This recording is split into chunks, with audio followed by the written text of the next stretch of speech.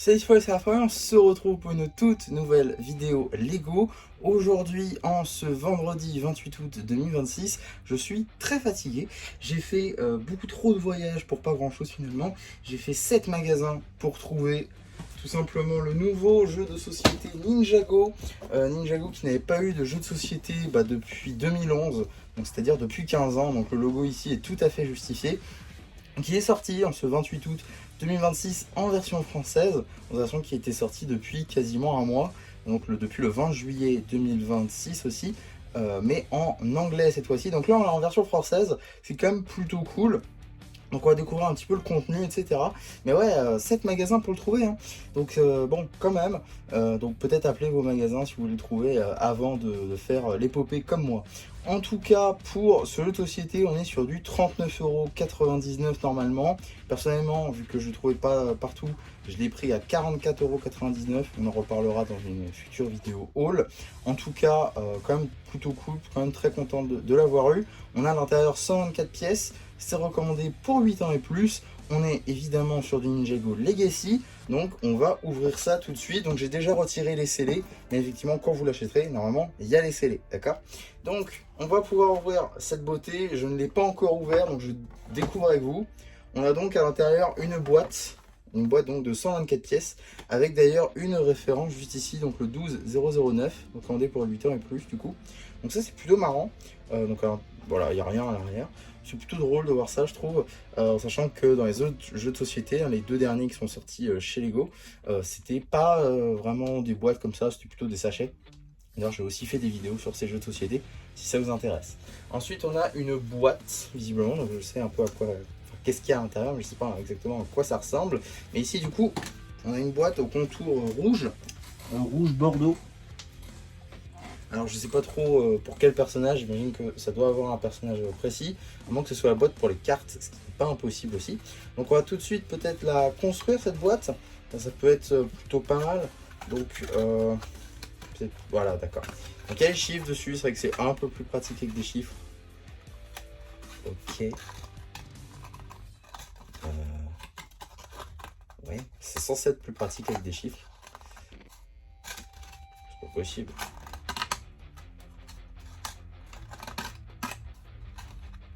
Ah oui, si, d'accord. Non, non, non, c'est pas possible. Ouais, non, mais je suis peut-être débile, hein, c'est pas impossible. Alors, bon, j'imagine qu'il doit y avoir une notice, donc on verra un petit peu après. On a ensuite une boîte ici en noir et blanc, visiblement avec un petit logo de Maître Rouge ici, un petit logo de serpent, plutôt marrant, des constructeurs, pourquoi pas. Donc encore une fois une boîte à construire, qu'on fera peut-être après s'il y a une notice. On a ensuite ici une boîte pour call, hein, c'est comme le port salut, c'est écrit dessus. Donc une boîte pour call, cette fois-ci avec un coloris orange, pardon.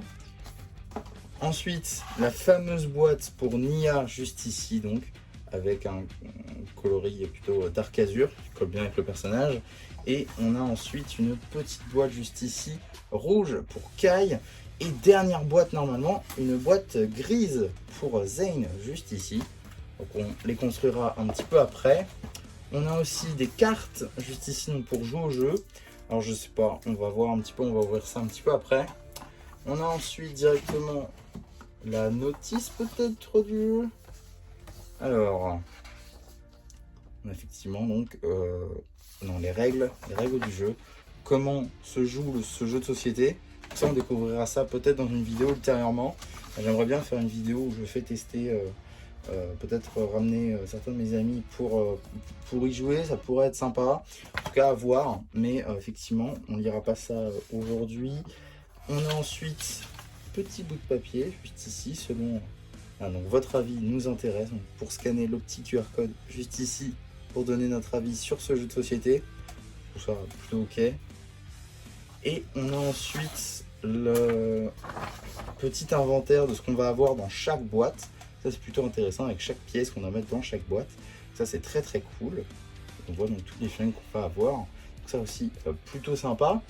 Et dernière chose normalement, mais en plusieurs parties j'imagine, c'est donc le plateau de jeu qui... Ah non d'accord, oui ici. il est en plusieurs parties. Donc on a 4 morceaux peut-être. Je retire la boîte, ce sera peut-être plus simple. Donc on a, j'ai l'impression, 4 morceaux.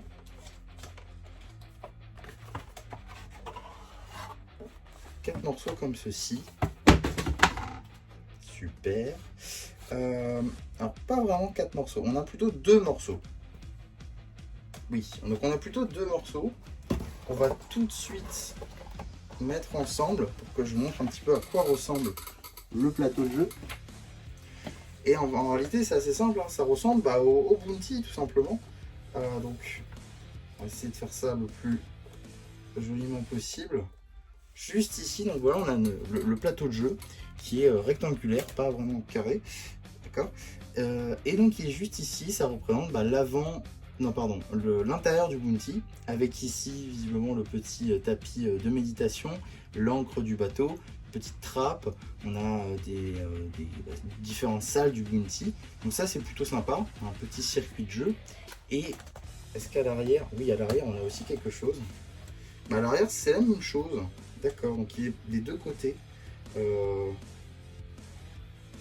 Visiblement, on serait des deux côtés. Donc pour ce jeu de société des deux côtés, qui peut se jouer ici à 3 ou 4. Ah d'accord, ok. Alors ici, c'est pour 2 personnes ou alors 2 à 3 personnes. Et ici, c'est pour 3 à 4 personnes. Et ici, c'est pour 4 personnes. Donc j'imagine que ça doit avoir une différence selon comment on joue. Mais puisqu'on n'a pas lu les règles encore, on n'a peut-être pas tout en tête. Et ici, on va avoir visiblement, alors j'ai déjà commencé, mais c'est fait pour, on va détacher plusieurs jetons. Donc, notamment ici, du coup, un petit jeton kilo, c'est plutôt sympa. Ici, alors Wu cassette, je comprends pas pourquoi est-ce que ça n'a pas été traduit, alors même que tout le reste du board game a été traduit. Donc, bon, un peu dommage à ce niveau-là, mais bon, pourquoi pas. On a du coup le jeton à kilo, avec ici masque de la tromperie et ici kilo classique. Puis on a d'autres petits jetons, etc. Alors j'imagine qu'au lieu d'avoir un dé peut-être, on va avoir un nombre pour avancer. Donc je vais juste tous les détacher, pourquoi pas. Donc, non, vous savez quoi? On va tous les détacher comme ceci. Faire un petit timelapse. Ça fait longtemps, j'ai découvert comment on fait les timelapses, donc on va faire des timelapses pour cette vidéo.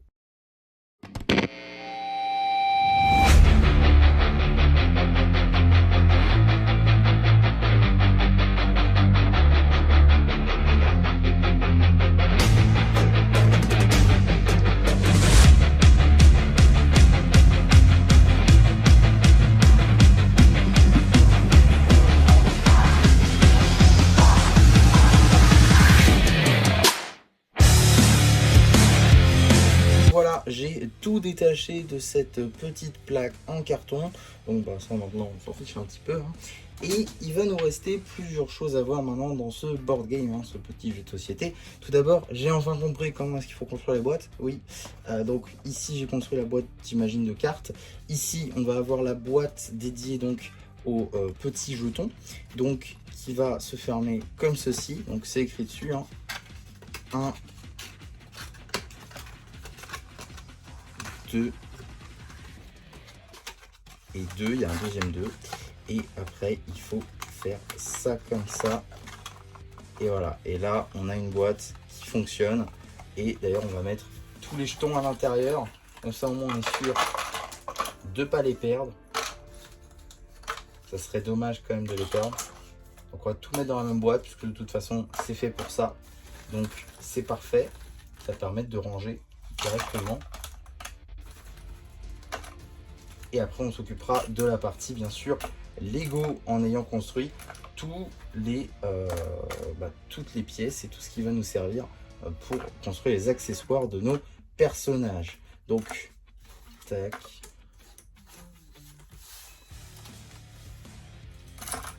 Nickel. Et j'en ai fait tomber un, bien sûr. Je sais pas combien de jetons j'ai fait tomber aujourd'hui, mais j'en ai fait tomber pas mal. Tac. Et donc, on peut refermer notre boîte à jetons, donc ça c'est parfait. On a la boîte de cartes aussi, donc on va tout de suite ouvrir les cartes. Alors bon, le sachet a l'air déjà un peu ouvert, c'est génial. Donc on ouvre comme ça. Donc là on va avoir tout plein de cartes,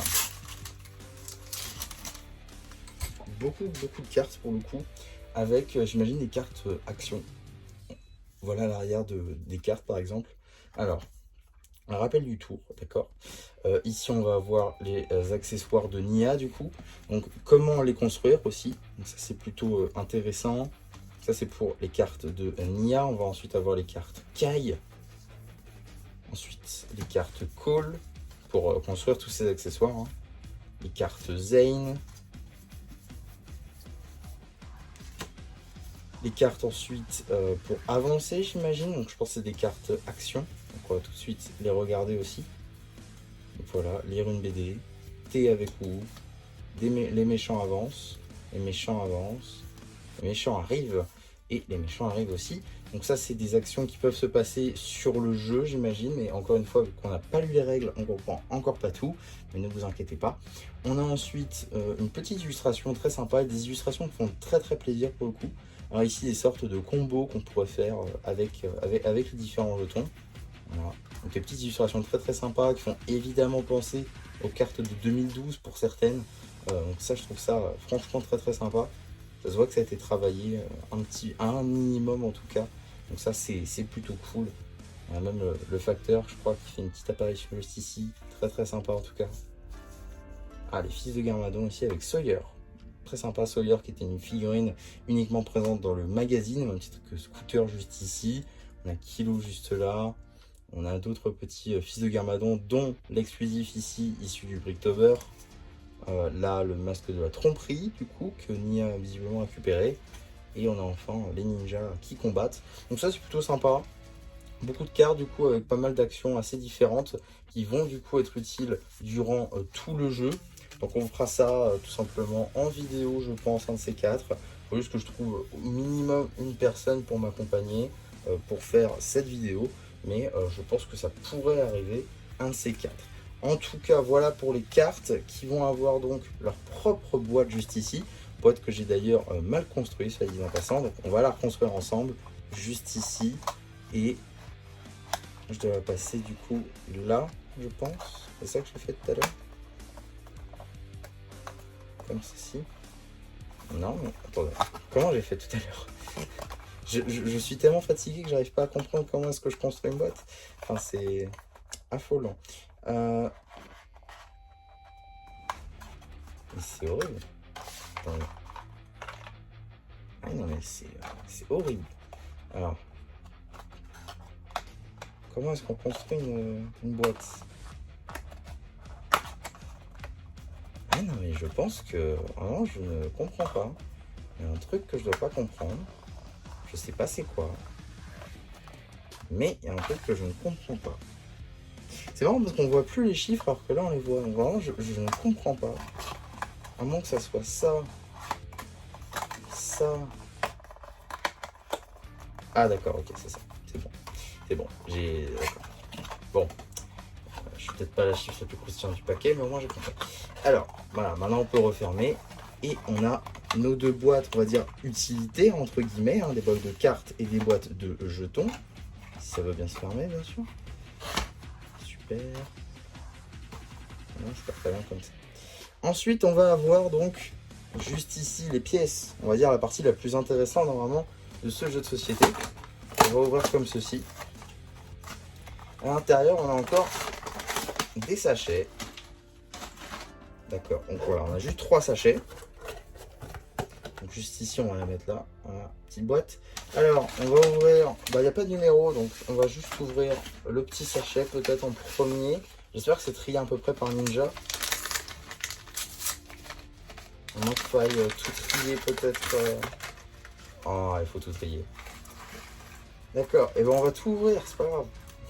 On va tout ouvrir, il n'y a pas de problème. Tac. Deuxième sachet, du coup.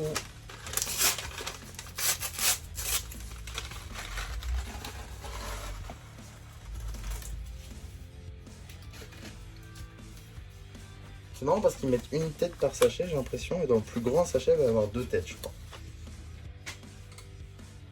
Et je trouve ça aussi marrant qu'aucune des figurines n'ait les armures en doré. Parce que bon, c'est pas comme si c'était une pièce ultra exclusive qui était revenue en 2026. Hein. La pièce est souvent réapparue, notamment en 2024 dans les Dragons Rebelles. Donc je comprends pas trop pourquoi est-ce que on n'y a pas droit, tout simplement. En tout cas, voilà pour les pièces donc de ce board game. Normalement, on a les 124 pièces juste ici. Et donc, on va avoir 4 boîtes à construire pour chacun des 4 personnages. Alors, on va donc ressortir la fameuse liste, le fameux inventaire de toutes les pièces. On va le mettre juste ici. Et encore une fois, je vous laisse avec un timelapse.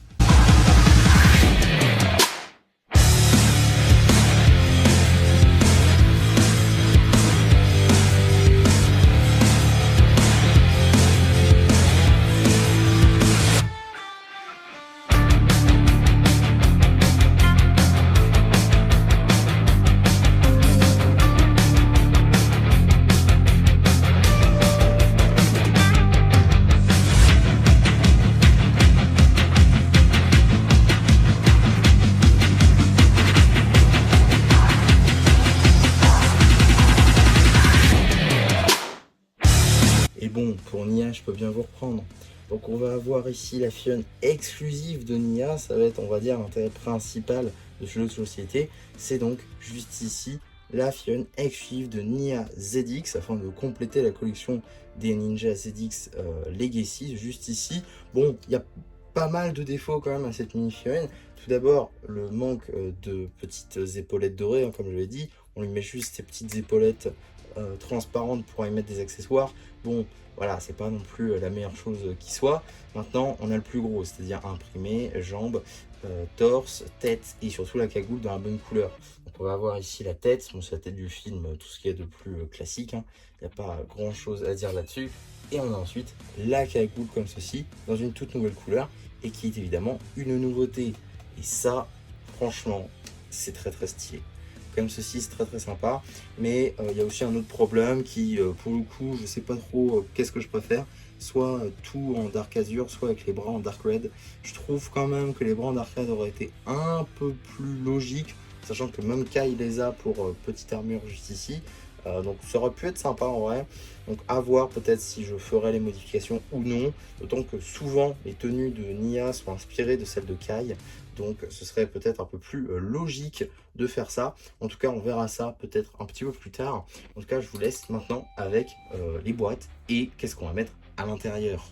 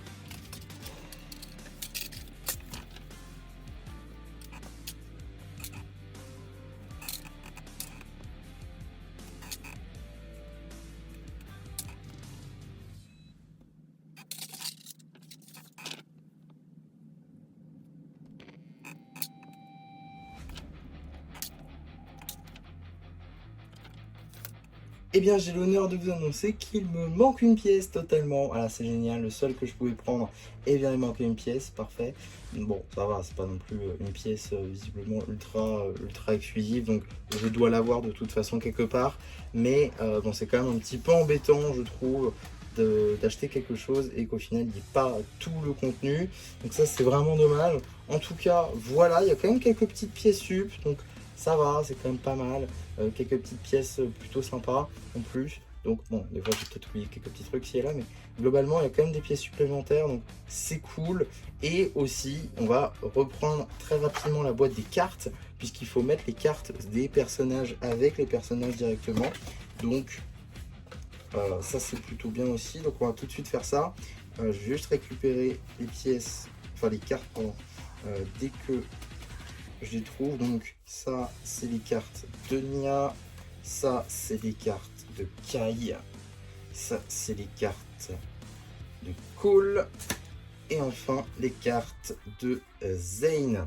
Alors justement aussi, tant que je reparle des cartes, les cartes ont des illustrations qui ressemblent énormément aux illustrations des cartes qu'il y avait avec les spinners de 2011 à 2012.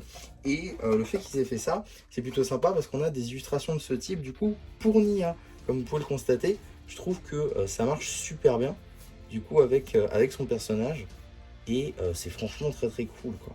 Donc d'avoir ce genre d'illustration un petit peu OG avec cette figurine là qui n'était pas apparue du coup en 2011 ou en 2012 plutôt.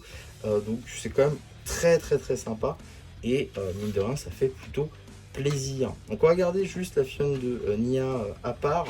On va ensuite fermer toutes les boîtes, toutes les autres boîtes du set, et on va conclure tout simplement.